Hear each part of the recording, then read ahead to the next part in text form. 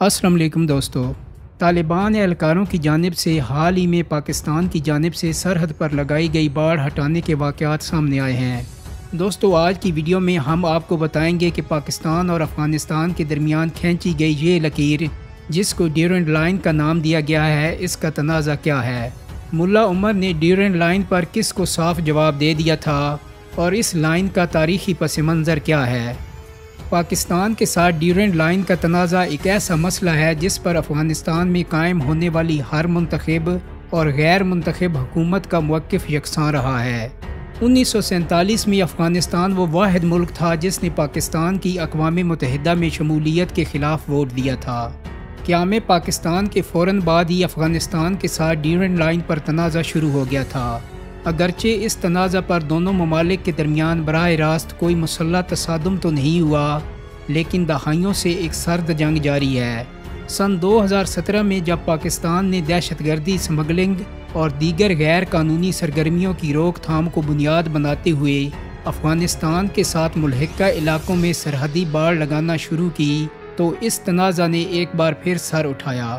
بعد ازاں باڑ کی تنصیب کے دوران کچھ سرحدی علاقوں میں کشیدگی کے واقعات بھی سامنے آئے، لیکن پاکستان نے سرحد پر باڑ کی تنصیب اور افغانستان کی حکومت نے اس کی مخالفت جاری رکھی۔ پاکستان اپنے قیام کے بعد سے ہی سرحد کو جائز قرار دیتا آیا ہے اور اس کا موقف رہا ہے کہ انٹرنیشنل بارڈر پر باڑ لگانا اس کا حق ہے۔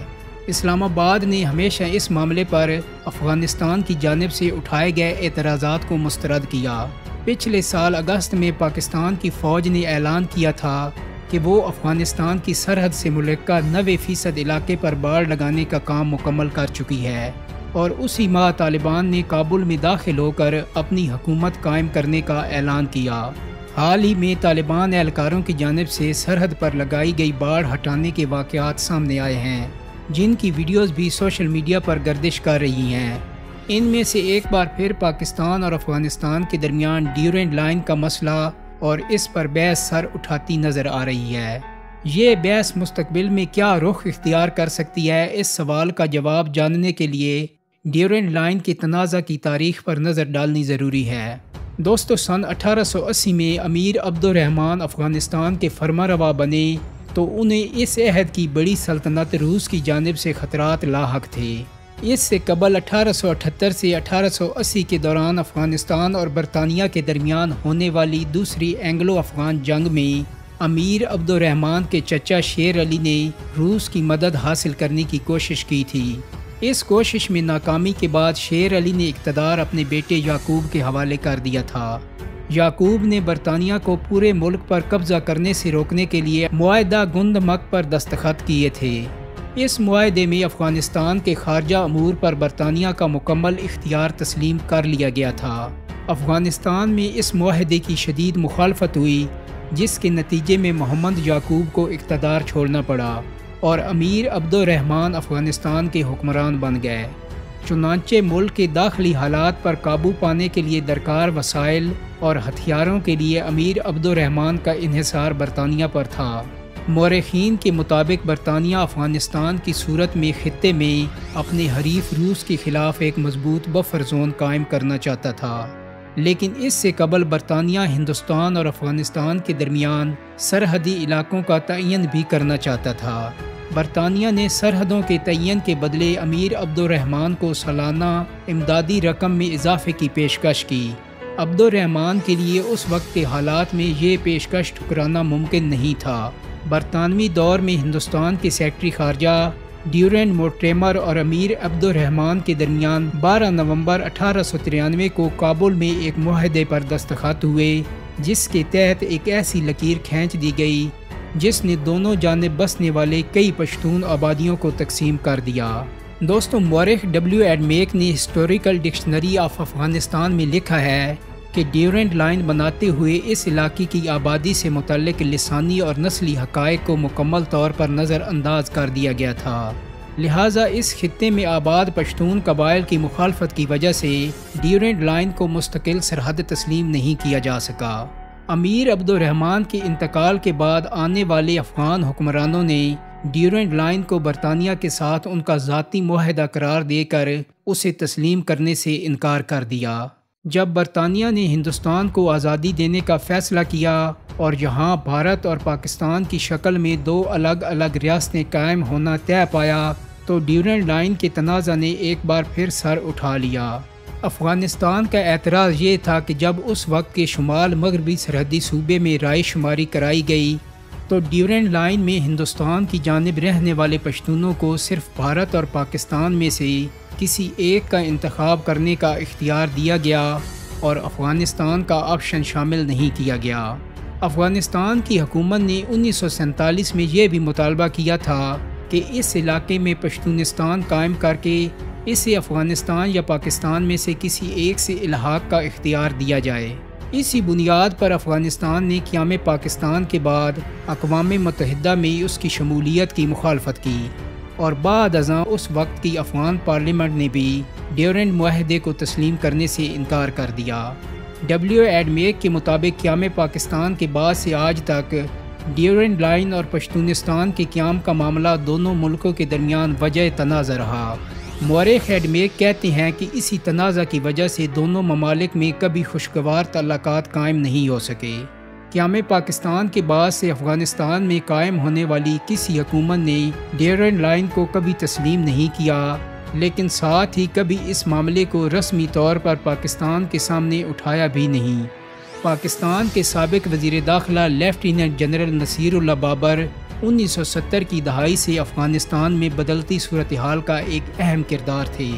انہوں نے 1970 کی دہائی میں سوویت یونین کے خلاف مجاہدین کو منظم کرنے سے لے کر 1990 کی دہائی میں طالبان کو بطور گروہ منظم کرنے تک بنیادی کردار ادا کیا تھا۔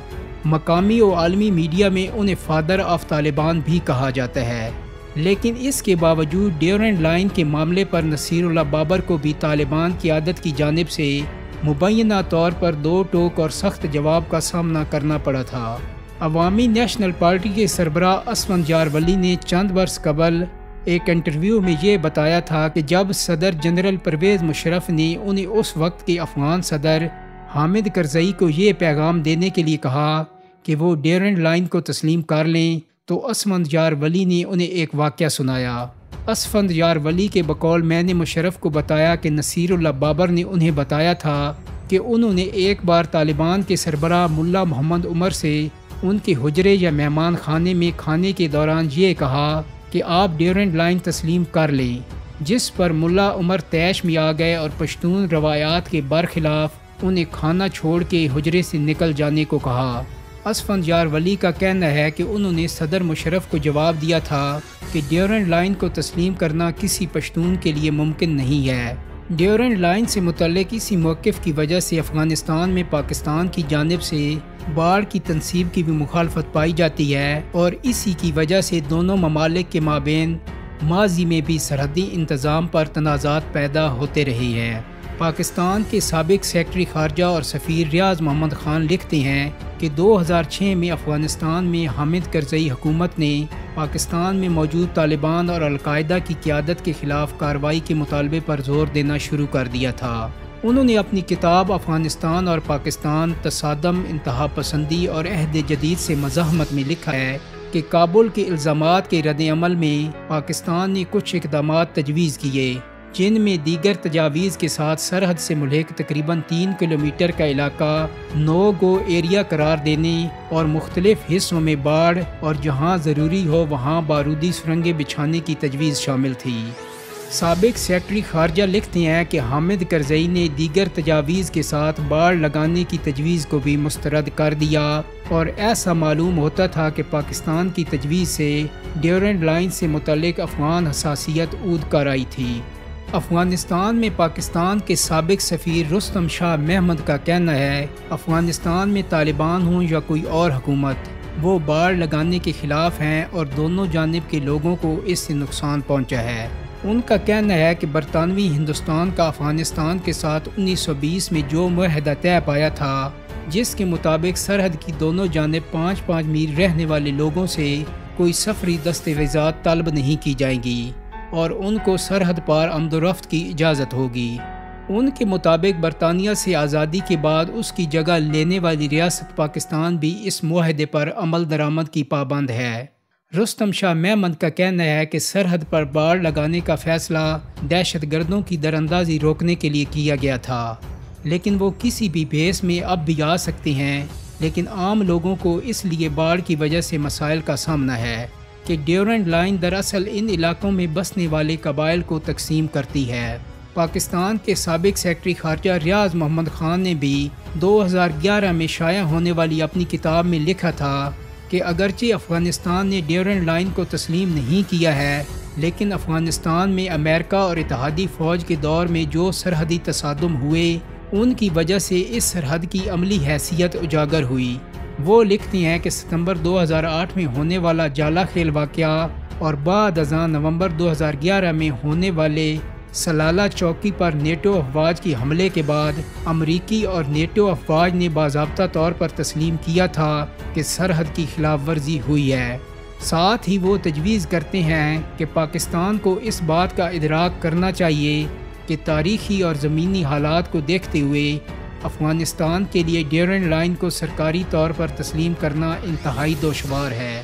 دوسری طرف افغانوں کو بھی یہ سمجھنا چاہیے کہ دونوں ممالک کی عملداری کے تعین کے لیے سرحد ہونا ضروری امر ہے اور موجودہ حالات میں ڈیورنڈ لائن کے علاوہ کوئی سرحد نہیں ہو سکتی۔ دوستو، چند ماہ قبل افغانستان کی وزارت خارجہ کی سرحد پر باڑ کی تعمیر کو غیر قانونی قرار دینے کے بیان پر پاکستان کی وزارت خارجہ نے ایک اعلامیہ میں واضح کیا تھا کہ پاکستان افغان سرحد کے ساتھ باڑ کی تنصیب پاکستان کی سلامتی کے لیے سنگین خدشات کی بنا پر کی جا رہی ہے۔ پاکستان اور افغانستان دونوں ممالک اپنے ہاں ہونے والے دہشت گرد حملوں کا الزام سرحد پر چھپے ہوئے شدت پسندوں پر عائد کرتے رہے ہیں۔ حکام کے بقول سرحد پر باڑ حملے روکنے یا کم کرنے میں مددگار ثابت ہوگی۔ دوستو، پچھلے سال پاکستان نے باڑ لگانے کے ساتھ افغانستان کے ساتھ باضابطہ سرحدی راستے بھی کھولے ہیں۔ پچھلے سال اپریل میں پاکستان کے پارلیمانی سیکرٹری برائے داخلہ شوکت علی نے قومی اسمبلی کو آگاہ کیا تھا کہ افغانستان کے لیے تجارتی مقاصد کے لیے 6 باضابطہ سرحدی راستے فعال ہیں، جن میں خیبر پختونخوا میں تورخم، انگور اڈا غلام خان اور خرلاچی، اسی طرح بلوچستان میں چمن اور بادیٹی شامل ہیں۔ دوستو، امید کرتا ہوں کہ میری آج کی ویڈیو آپ کو پسند آئی ہوگی۔ اگر ویڈیو اچھی لگی ہے تو اس کو لائک اور شیئر کریں۔ میرے چینل کو سبسکرائب کرنے کے ساتھ ساتھ بیل آئیکن کو بھی کلک کر دیں تاکہ آپ کو میری آنے والی مزید ویڈیوز کے نوٹیفیکیشن ملتے رہیں۔ بہت جلد ہی ایک نئی ویڈیو کے ساتھ ملاقات ہوگی۔ اپنا بہت سارا خیال رکھیے گا۔ اللہ حافظ۔